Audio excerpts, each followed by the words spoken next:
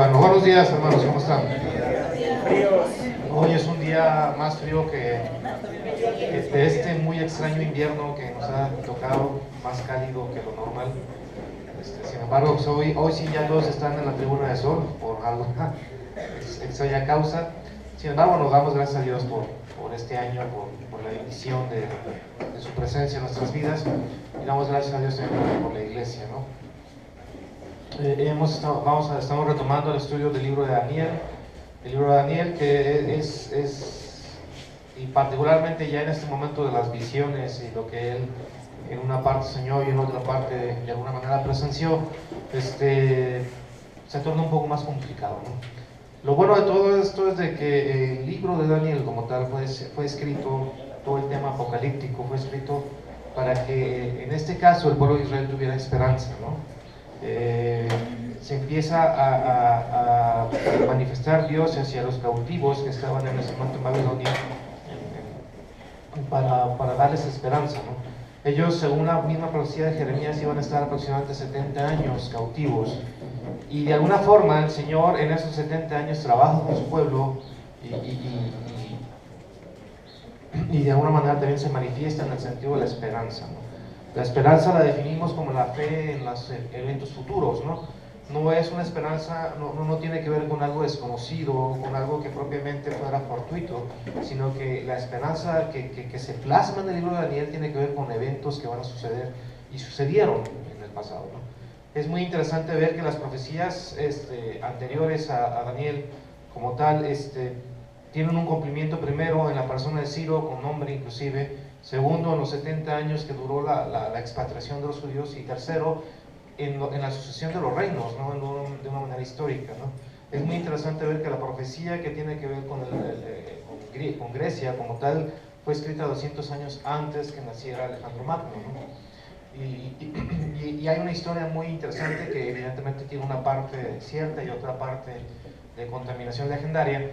Se cuenta la historia que Alejandro Magno, cuando iba descendiendo hacia Jerusalén, se encontró con el sumo sacerdote. Iba vestido con todo su ropaje, con el Urim, con el Purim, y llevaban el rollo de la ley, ¿no? Y llevaban el libro de Daniel propiamente, ¿no? Entonces llega el sumo sacerdote con su comitiva, recibieron a Alejandro Magno, que iba a conquistar esa parte, y le mostraron la profecía de Daniel, ¿no? Y le mostraron que propiamente se refería a él, ¿no? Según la leyenda, cuenta la leyenda que Alejandro Magno quedó totalmente estupefacto por leer lo que estaba leyendo, y adicionalmente él mencionó, puede ser que sea legendario, puede ser que no, que él había tenido un sueño previo en donde un hombre muy semejante al sumo sacerdote lo recibía en ese momento, ¿no? La historia cuenta que evidentemente Alejandro Magno pasó de largo a Jerusalén y continuó su lucha contra los persas particularmente, ¿no? Entonces esto es interesante ver, ¿no? Muy interesante ver es que también predice el Imperio Romano unos 350 años antes de que estos tan siquiera conquistaran Italia, ¿no? Entonces esto es muy interesante, es muy importante por ver lo siguiente: entre todas las religiones del mundo, si lo hiciéramos a manera de un estudio sociológico y filológico, nos vamos a encontrar con una sorpresa muy grande. El único libro que es propiamente profético en sí, es la Biblia. Vamos a ver quizá un poco más adelante, no sé si la siguiente semana o en 2 semanas, la profecía de las 70 semanas, que viene acompañada con el capítulo que recién acabamos de leer, el octavo. Y la profecía de las 70 semanas tiene un cumplimiento hasta en número de días. ¿Qué sucede eso? ¿Qué impresión nos debe de quedar a nosotros como creyentes, hermanos? Pues una satisfacción y un anclaje muy profundo en lo que creemos. Es decir, el Señor está en el sentido de controlar aún los días, las personas, para que su plan sea ejecutado de una manera muy fehaciente, muy visible, ¿no? Es muy interesante ver que en los primeros capítulos del libro de Daniel, hasta el séptimo, están escritos en arameo, y de alguna forma están escritos en arameo con un sentido y con un propósito. Fueron escritos en ese idioma porque es el idioma que se hablaba común, es como el inglés ahora, ¿no? Antes era el arameo. Y fue escrito de esa manera porque los 7 primeros capítulos de alguna manera tienen que ver con el futuro de las naciones gentiles. A partir del capítulo 8 el libro fue escrito en hebreo. y eso tiene otro propósito. ¿Por qué? Porque a partir del capítulo 8 comenzamos a ver el futuro muy particular del pueblo de Israel. ¿Sí? Eso es muy interesante. Vamos, hoy mismo, también vamos a estar intercambiando pasajes del Nuevo Testamento. ¿Por qué? Porque la Biblia de alguna forma tiene algo que se llama los sermones interactivos, ¿verdad? Tiene ahí se me fue la palabra, pero bueno, no son referencias, propiamente tiene que ver con bueno, finalmente las revelaciones sucesivas, progresivas, exactamente. Gracias, sí, se me fue el y esto es muy interesante porque a diferencia del Islam como tal, las revelaciones progresivas que el Islam maneja tienen que ver con cuestiones contradictorias de la Biblia, es decir, de su propio, del Corán como tal, ¿no? Mahoma decía algo y en una revelación posterior lo que se decía era contradictorio a lo que se había dicho, entonces la nueva revelación anulaba la anterior, ¿no? Ese es el sentido en el Islam, ¿no? En el cristianismo, y particularmente en la Biblia, no. Las revelaciones posteriores dan más detalle o hacen una especie de zoom sobre lo anteriormente dicho, ¿no? Dicho de otra manera, por ejemplo, tiene que ver con la abominación desoladora, ¿no? Lo maneja en el capítulo 7. Sin embargo, nuestro Señor Jesucristo hace una referencia en Mateo capítulo 24 mucho más puntual acerca de ese hecho. Y en Apocalipsis capítulo 13 también hace un desglose un poquito más sobre el mismo hecho. Eso es lo que en la Biblia se conoce como una revelación progresiva, ¿no? Es decir, se va dando más detalle, más apertura sobre una revelación anteriormente dicha. Nunca van a encontrar una situación que sea contradictoria en una revelación y particularmente profética de la Biblia, ¿no? Y esto es muy importante que lo tengamos en cuenta. Vamos a orar y vamos a pedir la dirección de nuestro Señor. Señor Dios, nuestro Rey del Universo, te damos tantas gracias por tu amor. Y ahora, Señor, suplicamos que tu Espíritu, el Espíritu de Santidad, Señor, nos revele, nos abra nuestros corazones y nuestros oídos y nuestras mentes, Señor, y podamos escuchar tu voz, Señor, a través de tu palabra. Te damos gracias por tu amor, en nombre del Señor Jesucristo. Amén. Bueno, como hemos mencionado, el libro de Daniel no es un libro cuyo objetivo sea profético, ¿no? En sí. ¿Qué quiero decir con esto? Un ejemplo muy particular, el libro de Isaías, ¿no?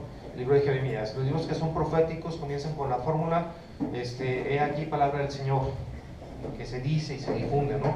O yo recibí palabra del Señor en ese sentido, ¿no? El libro de Daniel no, el libro de Daniel comienza con la historia de una deportación de unos muchachos, y esos muchachos de alguna forma encuentran gracia delante de Dios y son controlados por el Espíritu Santo, el Espíritu de Santidad. Esto es muy visible en toda la entidad pagana que los rodeaba, ¿no? Decía, es muy frecuente escuchar en el libro de Daniel que mora el Espíritu, los dioses santos en ellos, el Espíritu de los dioses del cielo está en ellos. Son fórmulas que se repiten muy seguido en el libro de Daniel. Entonces, sin embargo, hay algunas visiones que tienen que ver con los eventos futuros que no se las dan propiamente a Daniel. Se acuerda que la primera señal, la primera profecía, de alguna forma, o la primera revelación, se le concede ¿a quién? Al rey de Nabucodonosor, ¿no? Y recordar que era un sueño terrible que le quitó el sueño. Dice que él estaba en su cama y de alguna forma estaba pensando en las cosas del reino, y que el Señor le permitió tener esta visión a manera de un sueño, ¿no? Y dice que básicamente había una estatua y esa estatua estaba dividida en 4 secciones, ¿no? Entonces, ¿se acuerda que hablamos acerca de que él pidió y exigió y demandó que sus sabios, sus magos, supieran la interpretación del sueño, ¿no? Y no solamente eso, sino que inclusive le tenían que decir el sueño, ¿no? Habíamos mencionado también que en ese momento, en esos días, los magos, los astrólogos tenían una especie de carta de interpretación de los sueños, ¿no? Y resulta ser que, pues, primero me tienes que decir el sueño para ver en qué parte de la carta o en qué sección del manual podemos encontrar la interpretación. Sin embargo, Nabucodonosor, sabiendo que ya existía eso, ellos se enfocó y dice, no, tú me vas a tener que decir el sueño y la interpretación para saber que no me estás mintiendo. Bueno, entonces el único que pudo resolver el asunto fue Daniel, y no fue porque Daniel lo había resuelto, sino que Dios se manifiesta a Daniel y le dice el sueño, y Dios adicionalmente le dice la interpretación del sueño, ¿no? Y recordad que Daniel dice que propiamente tiene que ver con los eventos futuros, ¿no? Entonces empieza a desglosar una serie de reinos que son posteriores ¿a quién? A Babilonia, ¿no? Está Babilonia como la cabeza de oro, luego viene la parte de plata, que es Medo-Persia, y después sigue el Imperio griego y al final el Imperio romano, ¿no? Y muy interesante es ver que dice que después venía una roca y que esa roca iba a destruir a todos los imperios. Y al final iba a afianzar el reino o el imperio de Dios como tal, ¿no? Bueno, la continuación o un poco más de la explicación de esa visión se tiene lugar en el capítulo 7. Si me sigue, por favor, a Daniel capítulo 7.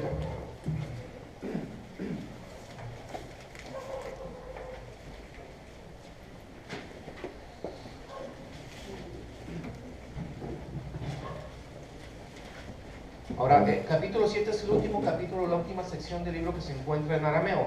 Y dice, en el primer año de Belsasar, rey de Babilonia, tuvo Daniel un sueño y visiones de su cabeza mientras estaba en su lecho. Luego escribió el sueño y relató lo principal del asunto. Daniel dijo, miraba yo en mi visión de noche y aquí que los 4 vientos del cielo combatían en el gran mar. Y 4 bestias grandes, diferentes la una de las otras, subían del mar. Entonces, él está en el primer año de Belsasar. ¿Se acuerdan quién era Belsasar, no? Belsasar es el mismo rey que recibió la escritura en la pared, ¿no? Como usted puede ver, no están acomodados de manera cronológica, porque en todo caso, este evento sucedió primero, luego el capítulo 8 y después la escritura en la pared, ¿no? Pero, digo, finalmente, dentro de la cultura judía esto no tiene una precedencia, pero no lo vamos a explicar aquí. El caso aquí es de que, al final de todo esto, Daniel tiene un sueño, y es muy similar al sueño que había tenido en contenido, que había tenido Nabucodonosor. ¿Por qué? Porque involucra 4 reinos. 4, y aquí nos representa como bestias, ¿no? Están luchando uno contra otro. Y básicamente son exactamente los mismos participantes del primer sueño. Es decir, primero está Babilonia, luego llega Medo-Persia, dice que tenía un brazo un poco más largo que otro. Bueno, la parte meda siempre fue más fuerte que la parte persa. Y finalmente tiene como representación al reino de Grecia como tal. Es muy importante ver que la civilización grecia ya existía en aquel entonces, pero ellos estaban de alguna forma organizados como ciudades-estado, no como una nación propia, ¿no? No fue sino hasta Filipo II de Macedonia que se unieron como un solo reino, y el primer emperador que tuvieron propiamente fue Alejandro Magno. Entonces es muy interesante porque todavía no había sucedido todo ese tipo de cosas. Dice versículo 5, y aquí otra segunda bestia semejante a un oso, la cual se alzaba de un costado más que el otro y tenía en su boca 3 costillas entre los dientes, y le fue dicho así, levántate y devora mucha carne. Bueno, está toda esta lucha, y quiero que nos vayamos al versículo 9, dice, estuve mirando hasta que fueron puestos tronos y se sentó un anciano de días, cuyo vestido era blanco como la nieve y el pelo de su cabeza como lana limpia, su trono llama de fuego y las ruedas del mismo fuego ardiente. Está Daniel viendo que hay una conflagración entre las 4, una guerra entre las 4 bestias, están luchando propiamente, y al final hay una que descolla, que es el último reino. Justo después del último reino, dice que tuvo una visión acerca de un anciano de días cuyo vestido era blanco como la nieve y el pelo de su cabeza como llama lana limpia. Su trono llama de fuego y las ruedas del mismo fuego ardiente. ¿A quién estaba viendo en ese momento? A Dios el Padre. Y el sentido de que ella estaba vestido de blanco propiamente habla de su justicia, ¿no? Y está sentado en su trono. ¿Esto qué quiere decir? Que estaba listo para juzgar. Y eso es muy importante. El futuro de toda la civilización humana, representada en estos 4 reinos, ¿cuál es? Juicio. Hay un juicio que está esperando la raza humana. Y ahí Dios ya estaba dispuesto a juzgar. Y fíjense lo que dice, y un río procedía y salía delante de él, millares de millares le servían, y millones de millones asistían delante de él. El juez se sentó y los libros fueron abiertos. Yo entonces miraba a causa del sonido de las grandes palabras que hablaba el cuerno, miraba hasta que mataron a la bestia, y su cuerpo fue destrozado y entregado para ser quemado en el fuego. Está hablando muy particularmente de una persona, de un rey que al final es el rey que va a dominar la última parte de la historia de la humanidad. Está hablando del anticristo propiamente, ¿no? Y está diciendo que va a ser juzgado. Vamos a ver un poquito más el zoom más adelante, o sea, el meternos un poquito más en el detalle. Y dice que adicionalmente se abrieron los libros y va a ser juzgado. Es decir, dicho de otra manera, antes de que venga el reino de Dios, el reino del Mesías, el reino de nuestro Señor Jesucristo, va a haber un juicio. Es este. ¿Sí? Y dice, versículo 13, miraba yo una visión de la noche y aquí con las nubes del cielo venía uno como el Hijo del Hombre. ¿Quién es el Hijo del Hombre? Nuestro Señor Jesucristo. Es una referencia mesiánica totalmente, que vino hasta el anciano de días y le hicieron acercarse delante de él. Está el juicio, viene el Hijo del Hombre, y el Hijo del Hombre se acerca a Dios el Padre, y fíjese qué es lo que sucede.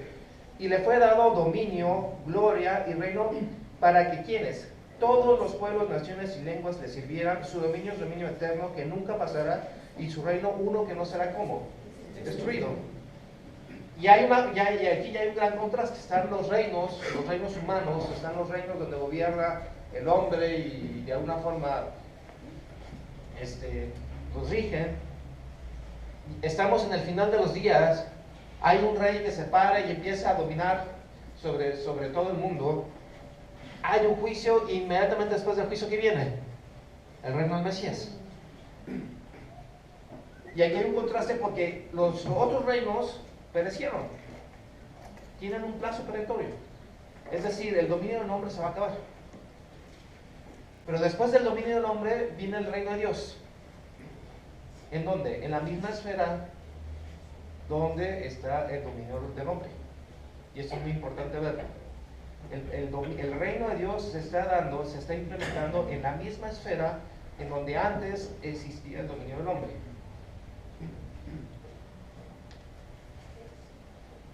Después les voy a decir por qué es importante. Aquí el punto es el siguiente. Dice que el dominio de Dios, el dominio de nuestro Señor Jesucristo, dice que no tiene fin.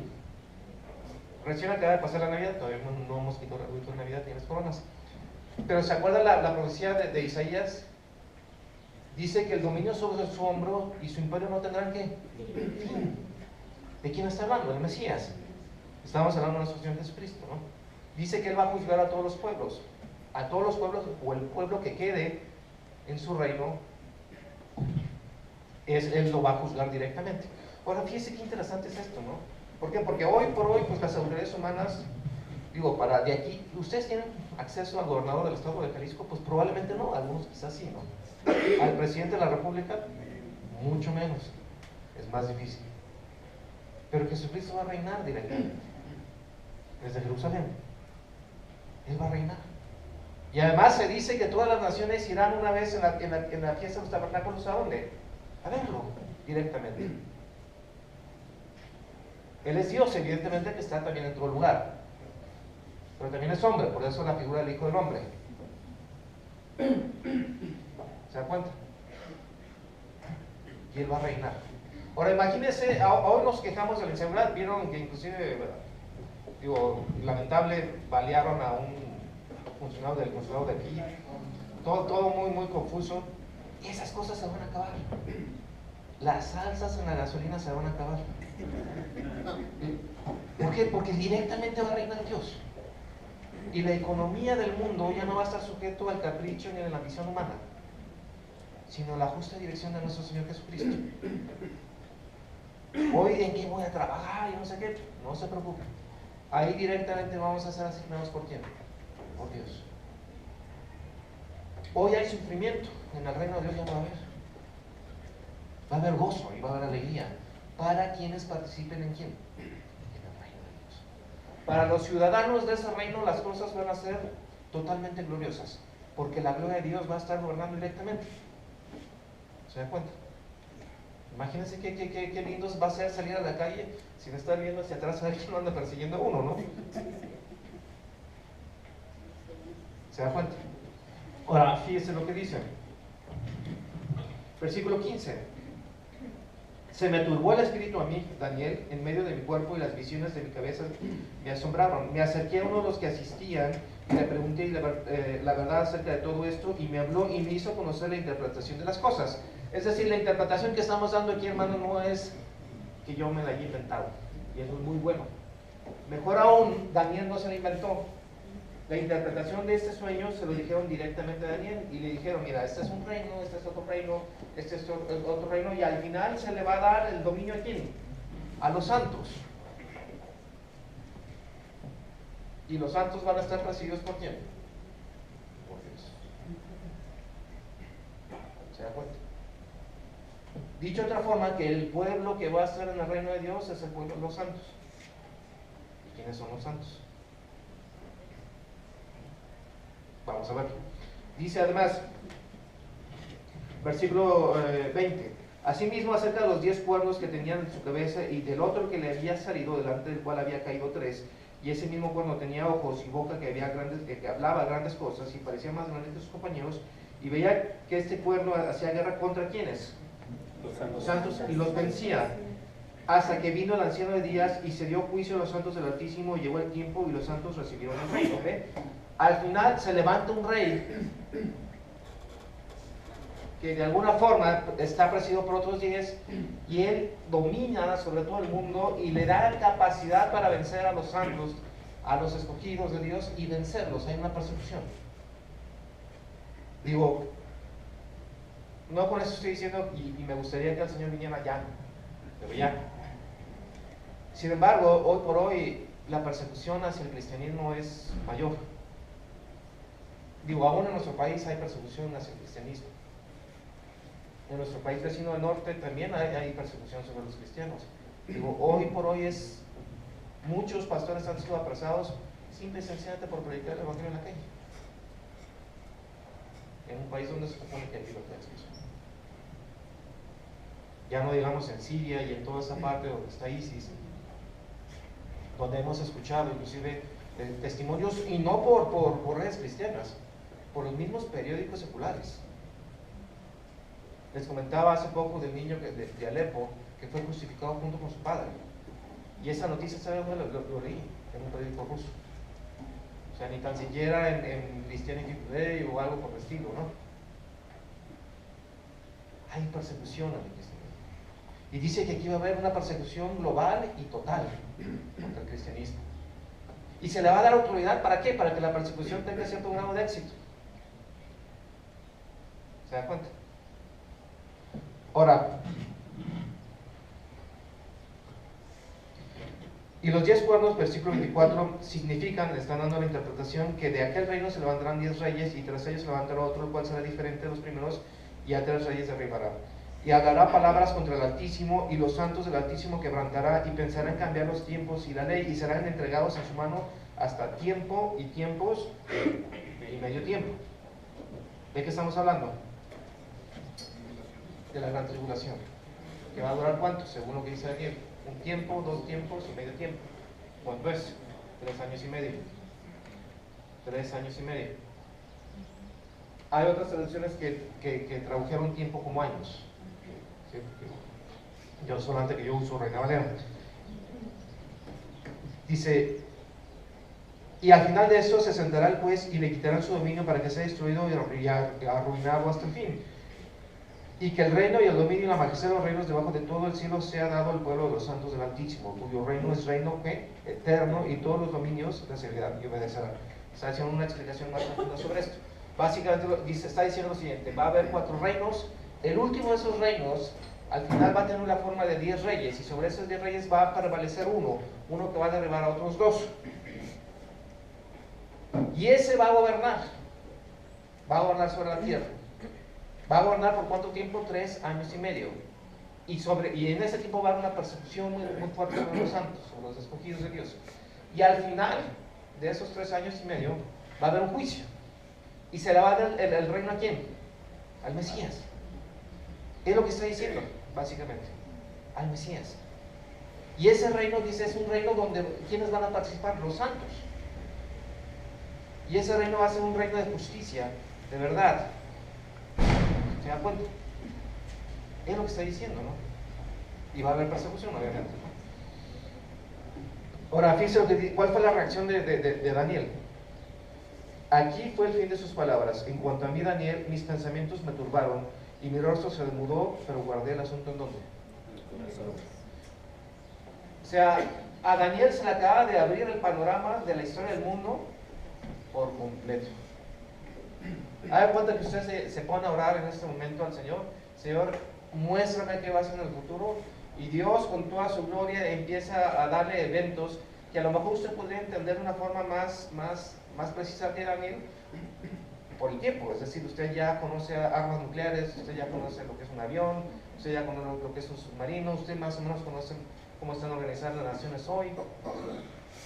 Pero ahora eso trasladarlo al tiempo de Daniel, pues obviamente. Entonces él queda totalmente estupefacto, queda con bastante pesar y quizás un poco de intranquilidad en su corazón. Y el Señor le sigue mostrando lo siguiente. Fíjese lo que dice el versículo 8, capítulo 8. En el año tercero del reinado del rey Belsasar me apareció una visión a mí, Daniel, después de aquella que me había aparecido antes. Ahora esto es muy interesante. 2 años después se le da la continuación de la primera visión. Ahora es interesante ver que esta visión es diferente a la otra. La otra era un sueño de alguna forma. Y esto es una visión como personal. Personal, es decir, él estaba despierto en ese momento. Estaba despierto. Ahora dice, vi en mi visión, o en la visión, y cuando lo vi yo estaba en ¿dónde? En Susa. Y la forma de las palabras es, haga de cuenta que yo en este momento estaba en Tlaquepaque, ahí estaba despierto, y en un momento la visión me trasladó a otro lugar. ¿Sí? Dice en la provincia de Elam, lo que hoy se conoce como Irak. Ahora, toda esta sección está escrita en hebreo, dicho de otra forma, es para los judíos, ¿no? Alcé los ojos y miré aquí un carnero que estaba delante del río y tenía 2 cuernos, y aunque los cuernos eran altos, uno era más alto que el otro. ¿A quién se está refiriendo? Ya aquí ya podemos saber, sin la interpretación del ángel, a quién se está refiriendo. 2 cuernos, un cuerno más grande que el otro, un oso, un brazo más grande que el otro. Medo-Persia, ¿no? Está hablando de los medo-persas. O sea, era el futuro inmediato. Dice, y vi que el carnero hería con los cuernos al poniente, al norte y al sur, y que ninguna bestia podía parar delante de él, ni había quien escapase de su poder, y hacía conforme a su voluntad. Versículo 5 es muy importante, dice, mientras yo consideraba esto, he aquí un macho cabrío venía del lado del poniente sobre la faz de la tierra sin tocar la tierra. O sea, venía ¿qué? Volando. Venía volando, dice, sin tocar la tierra, y aquel macho cabrío tenía un cuerno notable entre sus ojos. ¿De quién está hablando? De los griegos. Y usted dice en este momento, hermano, ¿qué está fumando? No estoy fumando nada. ¿Por qué? Porque la interpretación, al igual que la otra visión, no es mía. Y no es de Daniel. El arcángel Gabriel, le da la interpretación directa sobre este hecho. Y esto es muy interesante por lo que dice. Y el macho cabrío se engrandeció sobremanera, pero estando en su mayor fuerza, aquel gran cuerno fue quebrado, y en su lugar salieron otros 4 cuernos notables hacia los 4 vientos del cielo. Y aquí esto es muy interesante por lo siguiente. Evidentemente está hablando de Grecia, lo dice el ángel. Grecia tuvo un primer emperador, un primer rey. ¿Quién fue? Alejandro Magno, como nación, como imperio, ¿no? Alejandro Magno, en cosa de 10 años, había conquistado el mundo. Él conquistó el imperio persa, él conquistó parte de la India. O sea, usted va a encontrar ciudades griegas en la India, en Siria, en Irán, en Irak, en toda esa zona hay una influencia griega. En Rusia, en toda la parte del Mediterráneo, en África. O sea, el imperio griego se extendió en cosa de 10 años. Dice la historia que cuando llegó a la India y la conquistó, se deprimió, porque ya no le quedaba más que conquistar. Sin embargo, ¿sabe cuándo comenzó Alejandro Magno a sus tropelías para conquistar el mundo? Parece Pinky, doctor Cerrón, vamos a conquistar el mundo. Tenía 20 años. A la edad de 30 años, 30, 33 años, ya había conquistado todo el mundo conocido en ese momento. Por eso dice la profecía que volaba, porque en cosa de 10 años conquistó todo. Pues. Ahora, interesante es ver que a los 30 y tantos años murió de formas que todavía no han podido decidir, porque unos dicen que fue envenenado, otros dicen que fue herido, se le impactó la herida y murió por eso, y otros dicen que murió por muerte natural, otros dicen que fue un accidente, lo que sea. Pero murió. ¿En cuántas divisiones cree que fragmentaron el imperio griego? En 4. Y esto lo está diciendo Dios 200 años antes que tan siquiera sucediera. Yo quisiera poder predecir la hora siguiente. ¿Se da cuenta? Sin embargo, Dios está prediciendo 200 años con bastante precisión lo que iba a suceder. ¿Se acuerda que luego, por ejemplo, Cleopatra, ¿no? Que lo ubicamos ya en la época del Imperio Romano, y se decía que Cleopatra era la reina de Egipto y de alguna forma era muy bella, ¿no? Pues Cleopatra era griega realmente, de los Ptolomeos. ¿Se da cuenta? De una de las 4 formas en que fue dividido el imperio griego. ¿Se da cuenta? Ahora fíjense y dice, y está hablando de los griegos, y de uno de ellos salió un cuerno pequeño que creció mucho hacia dónde, hacia el sur, y al oriente y hacia la tierra gloriosa, y se engrandeció hasta el ejército del cielo, y parte del cielo y de las estrellas se echó por tierra y las pisoteó. Aún se engrandeció contra el príncipe de los ejércitos, y por él fue quitado el continuo sacrificio, y el lugar de su santuario fue echado fuera. Y a causa de la prevaricación le fue entregado al ejército junto con el continuo sacrificio, y echó por tierra la verdad, e hizo cuanto quiso, y prosperó.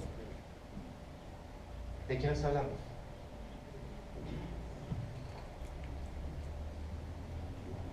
Esto ya se cumplió acá.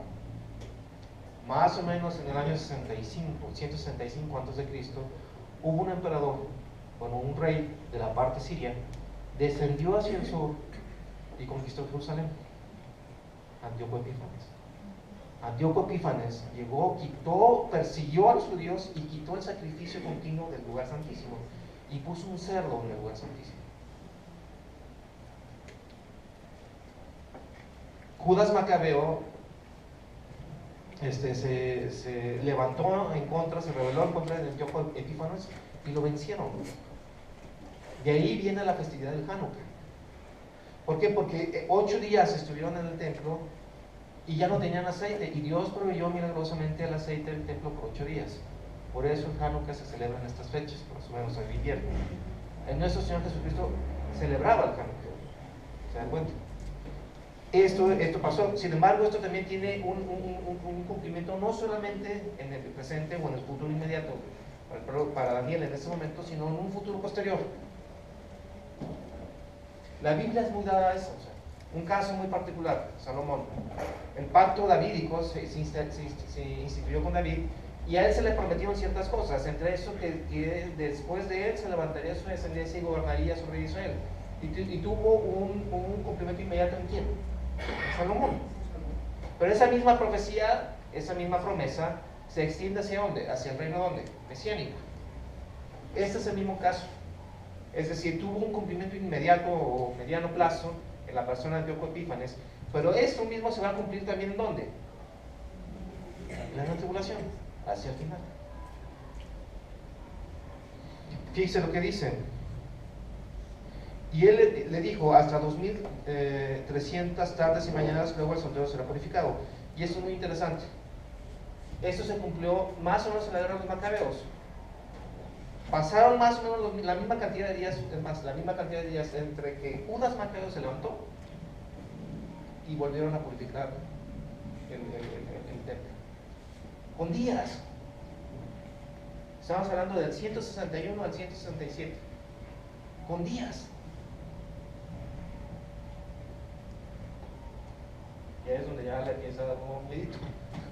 Pues sí, porque si Dios ya puede controlar los días y de alguna forma vienen aquí escritos y se cumplen las cosas, pues ya es para que nos dé miedito. ¿Sí? Dice el versículo 16: y oí una voz de hombre entre las riberas del río de Ulai, que gritó y dijo: Gabriel, enseña a la visión. Vino luego cerca de donde yo estaba, y con su venida me asombré y me postré sobre mi rostro, porque él me dijo: ¿en quién dijo de hombre? Porque la visión es para el tiempo ¿de dónde? Del fin. Dice, versículo 20: en cuanto al carnero que viste, que tenía 2 cuernos, estos son los reyes de Media y de Persia. Ya veo, o sea, no es una interpretación que yo esté dando. Gabriel directamente la está dando. O la de Gabriel, porque parecía ser que somos compadres, pero no. El macho cabrío es el rey ¿de quién? De Grecia. Y el cuerno grande que tenía entre sus ojos es el rey, ¿quién? ¿Se da cuenta? Su primer emperador, el que conquistó en 10 años. De eso está hablando, fíjese. Y en cuanto al cuerno que fue quebrado y sucedieron 4 en su lugar, significa que, ¿cuántos reinos? 4 se levantarán de esa nación, aunque no con la fuerza de él. Y ahí es donde también me da miedo, ¿no? O sea, ¿se da cuenta? ¿Con qué precisión? O sea, no estamos jugando a ver si la atinamos. Precisión, dice.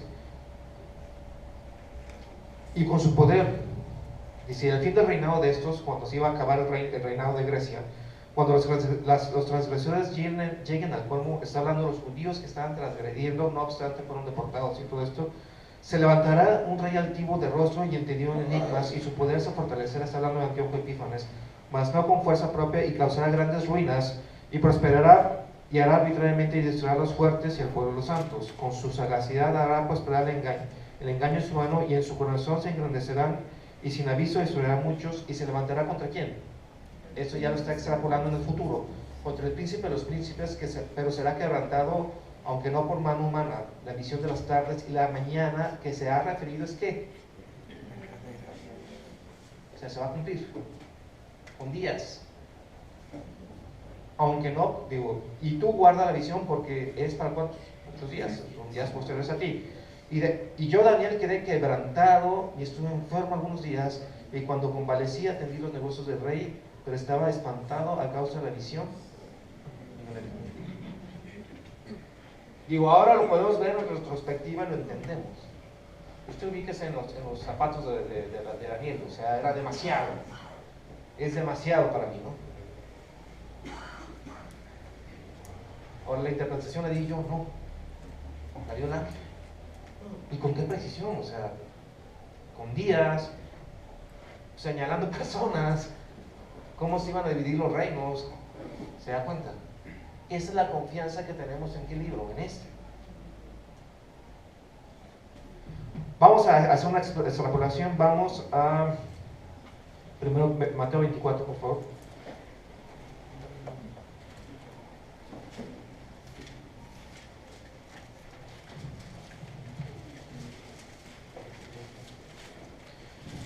Versículo 3 dice: y estando él sentado en el monte de los olivos, los discípulos se le acercaron aparte diciendo: dinos, ¿cuándo serán estas cosas y qué señal habrá de tu venida y del fin del siglo? ¿Qué le estaban preguntando? El fin del siglo se refiere al fin del dominio humano. ¿Cuándo va a ser?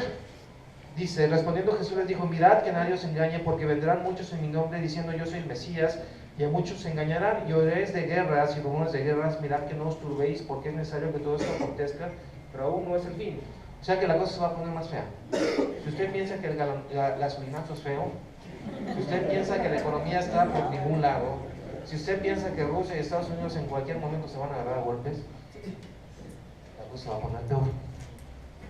Dice, porque se levantará nación contra nación y reino contra reino, y habrá pestes y hambres y terremotos en diferentes lugares. Y todo esto es el principio de ¿qué?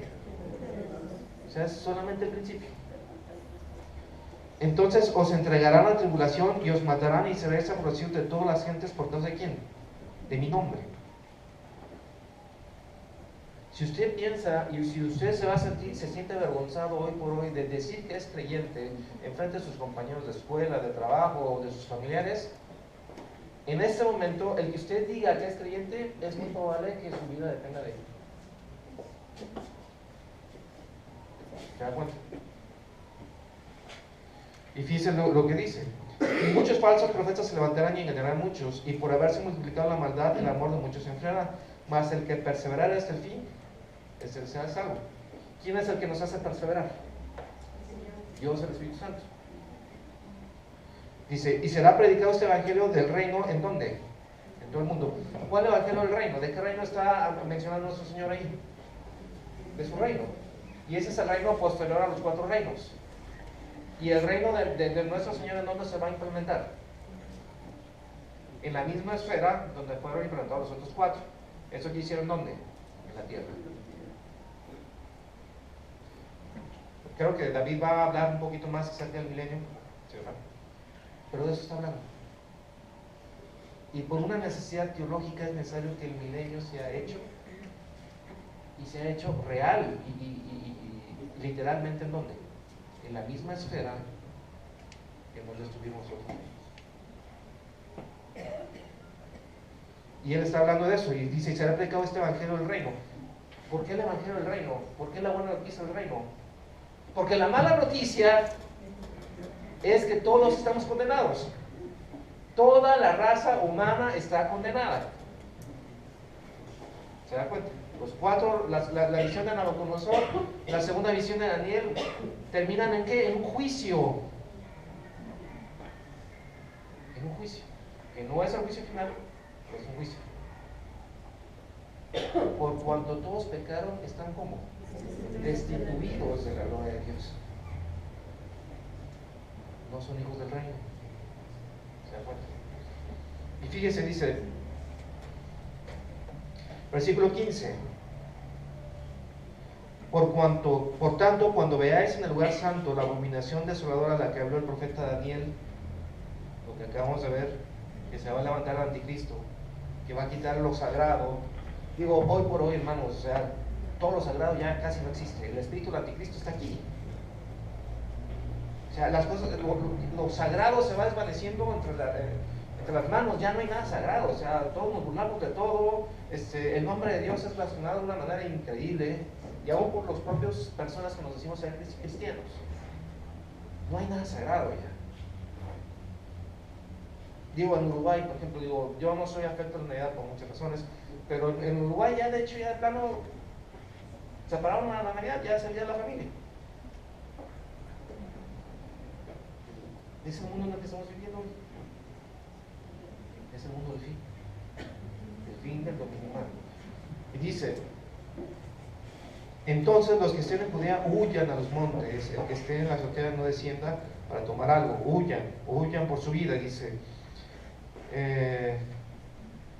Dice el versículo 29, e inmediatamente después de la tribulación de aquellos días, fíjense, el sol se oscurecerá. ¿A qué la recuerda? La visión que estaba viendo en el capítulo 8. Dice, el sol se oscurecerá y la luna no dará su resplandor y las estrellas caerán del cielo y las potencias de los cielos serán ¿qué? Conmovidas. Entonces aparecerá la señal de ¿quién? Haga cuenta que estamos leyendo a Daniel otra vez. Y entonces se lamentarán todas las tribus de la tierra y verán al Hijo del Hombre viniendo sobre las nubes del cielo con poder y con gran gloria. ¿El Señor va a ser recibido con algarabía en la tierra? No. Por algunos sí.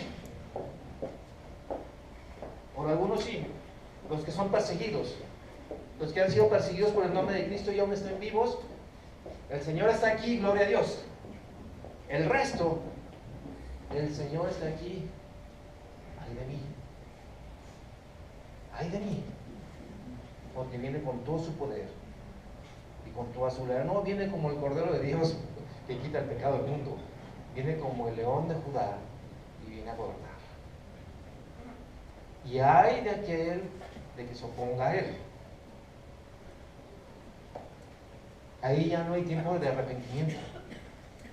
Ya el Espíritu Santo no les concederá arrepentimiento.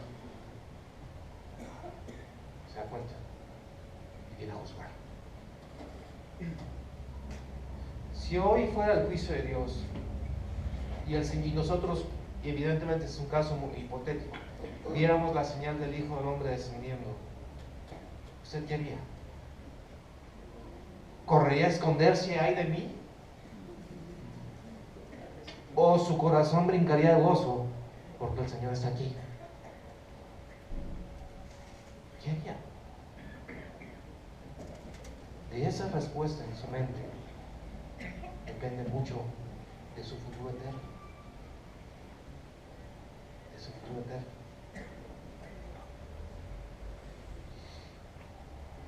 Vamos a Apocalipsis capítulo 13.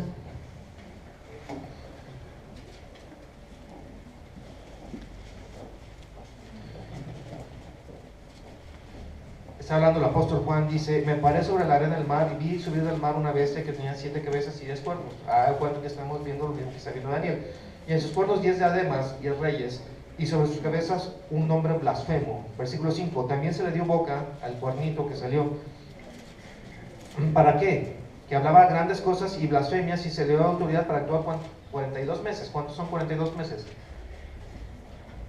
3 años y medio. Un tiempo, 2 tiempos, medio tiempo. ¿Se da cuenta? Revelación progresiva, no es contradictoria, complementa, nos da una visión mayor. Dice, y abrió su boca en blasfemias ¿contra quién? Contra Dios, para blasfemar de su nombre, de su tabernáculo y de los que moran en el cielo. Y se le permitió hacer guerra ¿contra quién? Los santos. ¿Y qué? ¿Da cuenta que estamos viendo a Daniel? Pero con más detalle. Dice, también se le dio autoridad sobre cuánto, sobre todo tribu, pueblo, lengua y nación va a gobernar sobre el mundo. Dice, y la adorarán todos los moradores de la tierra cuyos nombres no estaban escritos ¿en dónde? En el libro de la vida. Interesante. No todos la van a adorar. Si el nombre de usted o el mío está escrito en el libro de la vida,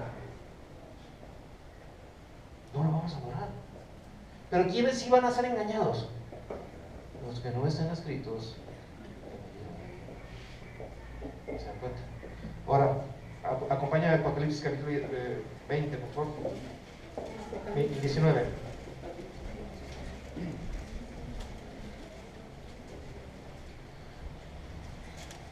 Acaban de pasar las zonas del Cordero.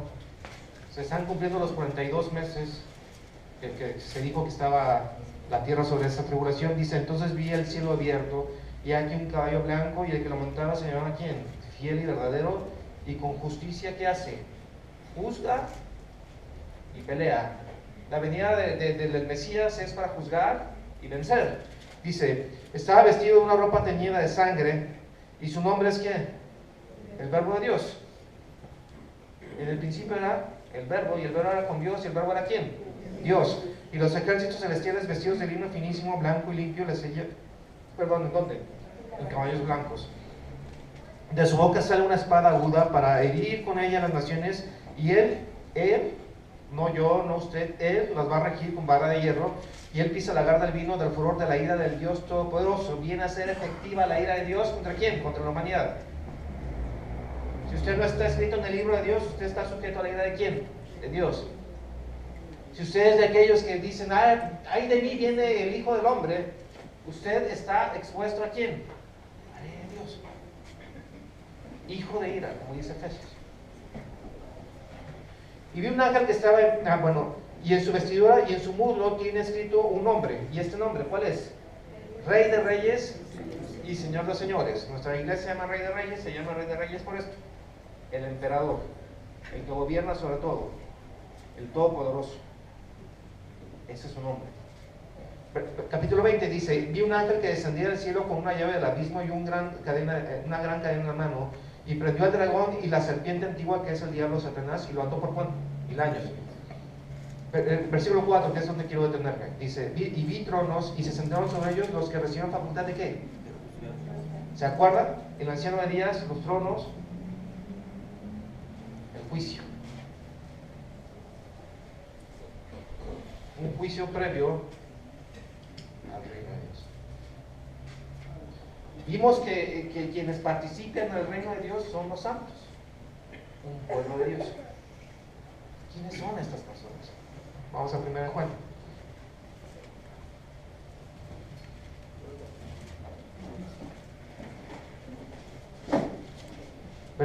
Capítulo 5, dice, todo aquel que cree que Jesús es el Mesías, es nacido ¿de quién? De Dios. Y todo aquel que ama al que engendró, ama también al que ha sido engendrado por él. En esto conocemos que amamos a Dios. ¿A quién? A los hijos, cuando amamos a Dios y guardamos sus mandamientos. Pues este es el amor de Dios, que guardemos sus mandamientos, y sus mandamientos no son gravosos. Porque todo lo que es nacido de Dios, vence ¿a quién? Y esta es la victoria que ha vencido al mundo. ¿Qué? La fe, el amor. El amor y la fe están vinculados totalmente. Entre más percepción tengo de la persona de Dios, más lo amo. Entre más amor tengo hacia la persona de Dios, más le percibo. ¿Se dan cuenta? ¿Quiénes son los hijos de Dios? ¿Quiénes son los ciudadanos del reino? Los que aman a Dios, los que tienen fe. Ahora, la fe es una concesión de Dios, no crean que es algo que brota naturalmente de uno. Realmente nosotros somos unos descreídos en la totalidad. Si Dios no interviene en nuestras vidas y nos otorga esa fe, nosotros no podríamos tener esa fe. si usted no nace de nuevo. Y aquí ya tiene sentido de nacer de nuevo. Porque antes estaba en el reino, en estos reinos, o en esta dinámica del dominio humano, del dominio de Satanás. Mas estando en el reino de Dios, necesito nacer en el reino de Dios para ser ciudadano del reino de Dios. Usted ha nacido de nuevo. Usted es un nuevo creyente. El Espíritu Santo mora en usted y ha sido sellado. Ese sello que le da la pertenencia al reino de Dios. Usted ha sido regenerado por Él. Entonces usted no está sujeto a la ley de Dios.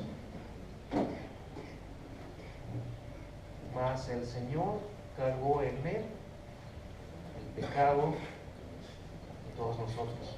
Por eso era necesario que nuestro Señor Jesucristo viniera. ¿Se da cuenta? A reclutar a aquellos que iban a ser ¿qué? Ciudadanos de su reino. Pero para que fueran ciudadanos de su reino, la justicia de Dios tenía que ser satisfecha.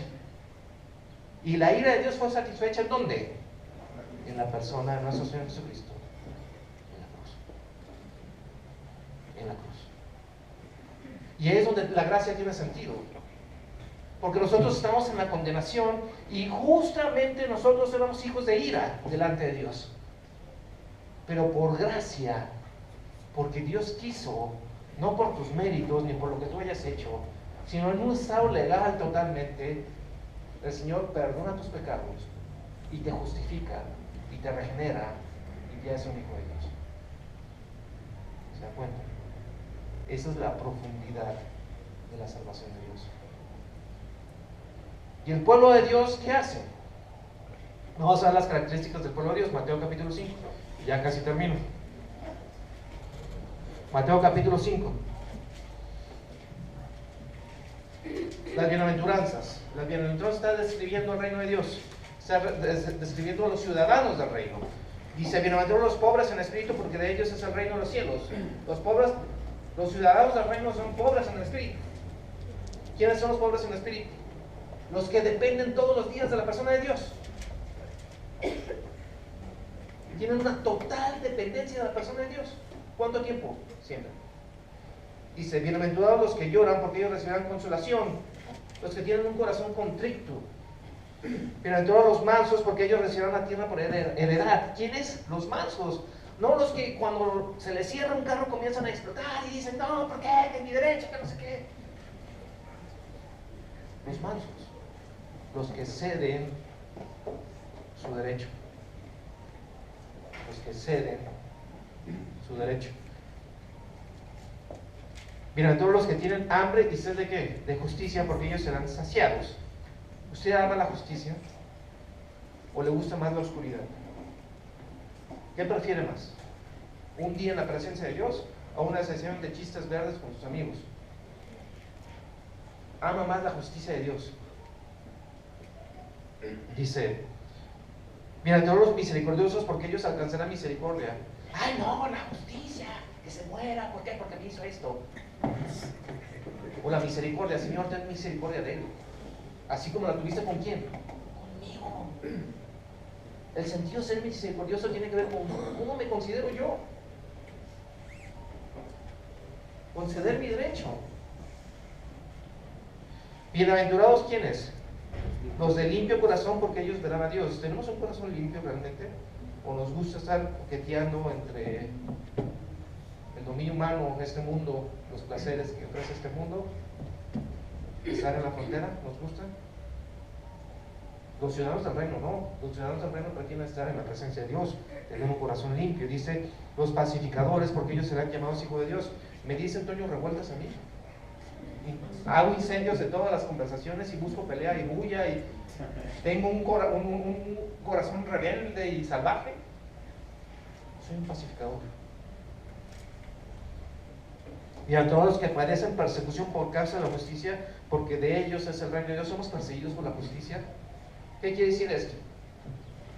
Miren, me pueden decir lo que quieran y yo mismo pudiera decir de que yo soy un cristiano. Sí, ya saben que el día que uno de nosotros tenga el valor de pararse en su salón o en el trabajo y decir yo soy cristiano y de mí se espera esto, y comiencen los demás a burlarse de ti, ese es el día de las cosas se van a poner en una verdadera perspectiva. Si usted sigue leyendo 5, 6, está hablando del reino de Dios y dice que nosotros somos luz en esta tierra y somos la sal de esta tierra. Dicho de otra forma, nosotros tenemos que hacer visible las obras de Dios a través de nosotros y nosotros tenemos que producir sed de Dios. Esos somos ciudadanos del reino. Somos ciudadanos del reino. Somos extranjeros y peregrinos en este mundo, en este dominio que va a perecer. Porque nuestro lugar es el otro reino, el que no perece. ¿O no lo somos? ¿Quiénes somos realmente? ¿En qué reino estás? ¿En qué dominio te sientes más cómodo? ¿En el dominio del hombre? ¿En el dominio de Dios? ¿Quién eres? ¿Quiénes somos? A eso se refiere este capítulo. Puedes pensar que el precio de ser creyente es muy alto, y lo es. Y quiero decirte que ese precio ya fue pagado a un alto costo.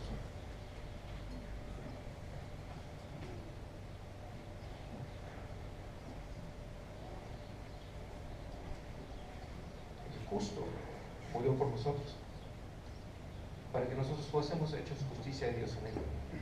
El que no conoció pecado, por nosotros fue hecho pecado. Maldición sería la palabra más correcta. Por nosotros, por los escogidos, por los ciudadanos del reino. Y Él demanda de los ciudadanos del reino una lealtad total, un amor total. No te está pidiendo tu futuro, no te está pidiendo tu carrera, no te está pidiendo tu matrimonio, te está pidiendo todo. Los ciudadanos del reino dejan todo en la cruz para entrar ligeritos al reino de los cielos. De este niño que crucificaron en Alepo, fue el año pasado, por cierto. Su papá y él estaban en una misión metodista. Su papá era pastor, creo, como de 4 iglesias de la zona, en Siria. Obviamente llega al Estado Islámico y, como ya todos sabemos, pues hizo una redada sobre la misión. Ellos estaban en una misión y agarran al niño de 12 años y lo crucifican. Primero, obviamente que lo torturaron y el papá lo estaba viendo, y el punto que le decían al niño: te vamos a dejar de torturar cuando tú niegues a la persona de nuestro Señor, la persona de Jesús. Y él lo hizo. Van con el papá que lo está viendo cómo lo torturan y le dice: lo vamos a dejar a tu hijo en paz cuando tú niegues a Jesús. Y no lo hace.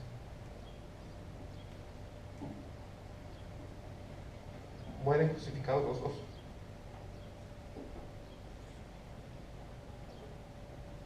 ¿Cuántos sueños pudo haber tenido el niño? ¿Con quién no va a casar? Quizá le gustaba el fútbol y le gustaba el Barcelona, no sé. Sin embargo, él prefirió de alguna forma poner el tesoro más grande de su vida, que es Jesús, por encima de sí mismo, de su vida misma. Esos son los ciudadanos del reino. Esos son los ciudadanos del reino.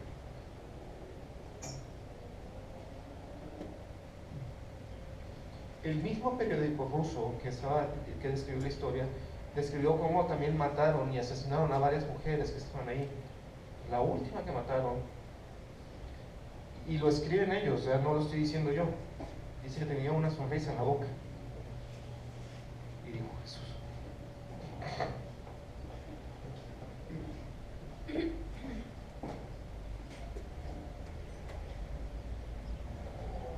¿Cuál es la esperanza de nosotros?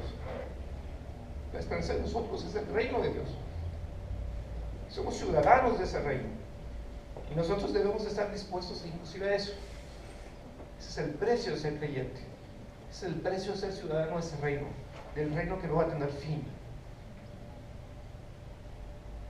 Hoy por hoy tú eres ciudadano de ese reino. Hoy por hoy tú eres ciudadano del reino. Tú eres. Lo somos. Vamos a ver.